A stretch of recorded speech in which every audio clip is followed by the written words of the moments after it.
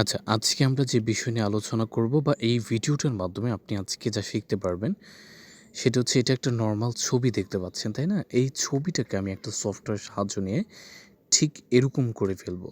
দেখতে পাচ্ছেন, তাই না? কত গর্জিয়াস আর বডিটাকে কত বিল্ডার টাইপের করে দিচ্ছে, তাই না? আচ্ছা, আরেকটা ফটো দেখাই আপনাদেরকে। যেমন এই ফটোটা দেখেন, হ্যাঁ? তারপর এটাকে আবার সফটওয়্যারের সাহায্যে এরকম কিছু একটা করে ফেলেছি। এখানে আপনি যা পরিবর্তন দেখতে পাচ্ছেন, হেয়ারটা পরিবর্তন দেখতে পাচ্ছেন, তাই না? হেয়ারটার দিকে একটু লুক দেন। হেয়ারটা পরিবর্তন দেখতে পাচ্ছেন। তারপর আপনি ড্রেসটা পরিবর্তন দেখতে পাচ্ছেন। তারপর আমার এই হাতে ছিল একটা ভ্যাসলাইট, মানে পুঁতি ভ্যাসলাইট বলে হয়তোবা। এটা একটা ওয়াচ ছিল, হ্যাঁ? এখানে দেখতে পাচ্ছেন। এখানে অস্থির একটা ভ্যাসলাইট এনে দিয়েছে। দেন এখানে এটা কি দিয়েছে আমি ঠিক জানি না, বাট সুন্দর লাগতেছে, তাই না?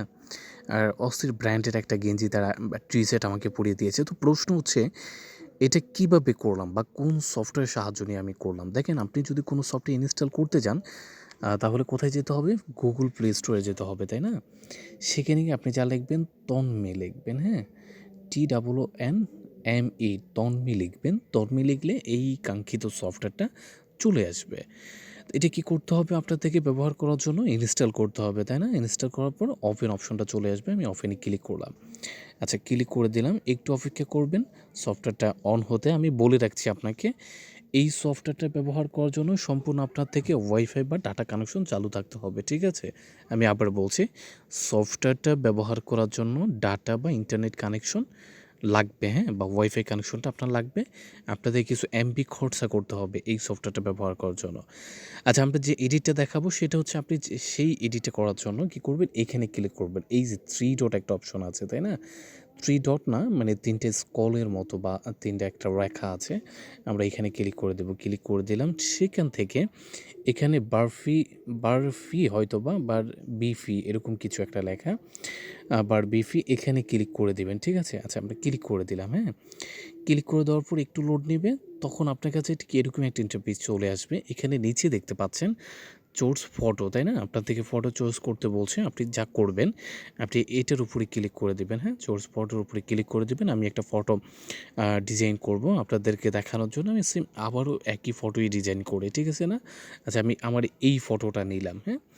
আমরা এটাকে অন্যরকম করব। এখানে একটা সাইজ দেখতে পাচ্ছেন, একটু লক্ষ্য করবেন।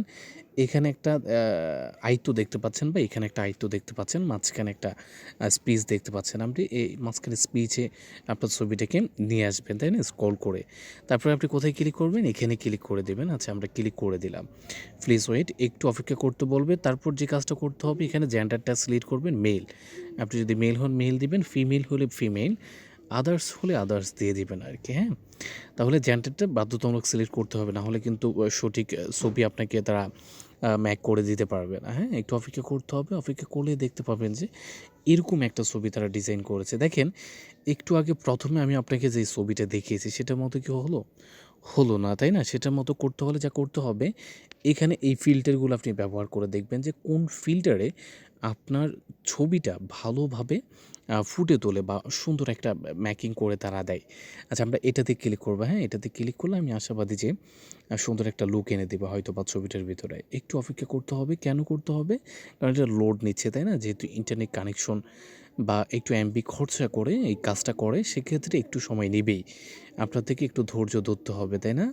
একটু অপেক্ষা করলে আপনি দেখতে পাবেন ফাইনাল লুকটা।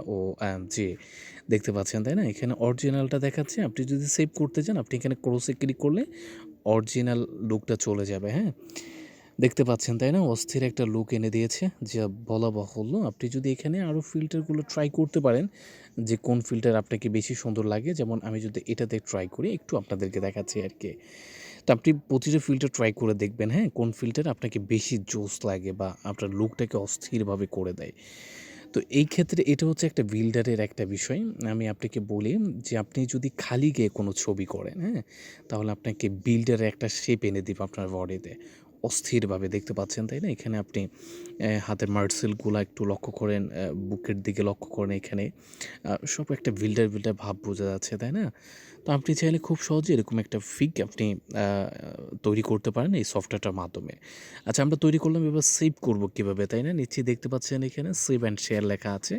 আপনি যদি এখানে ক্লিক করে দেন, কিছু সময় নেবে, তারপর অটোমেটিকলি সেভ হয়ে যাবে, হ্যাঁ? আচ্ছা, সেভ টু গ্যালারি সেভ হয়ে গেছে। আমরা যদি গ্যালারিতে যাই তাহলে আমরা ছবিটা দেখতে পাবো। তো এখন আমি তো আপনাদেরকে একটা বিষয় নিয়ে জানালাম বা আপনি আমার মাধ্যমে জানতে পারলেন, তাই না? সেক্ষেত্রে আপনার কাছে আমি কিছুই চাচ্ছি না, শুধু একটা সাবস্ক্রাইব করে দিবেন। আর আমি যেহেতু আপনাদের ছোট ভাই, সেক্ষেত্রে কিছু উৎসাহমূলক কথা কমেন্ট বক্সে লিখে দিবেন। ভালো থাকবেন। আসসালামু আলাইকুম।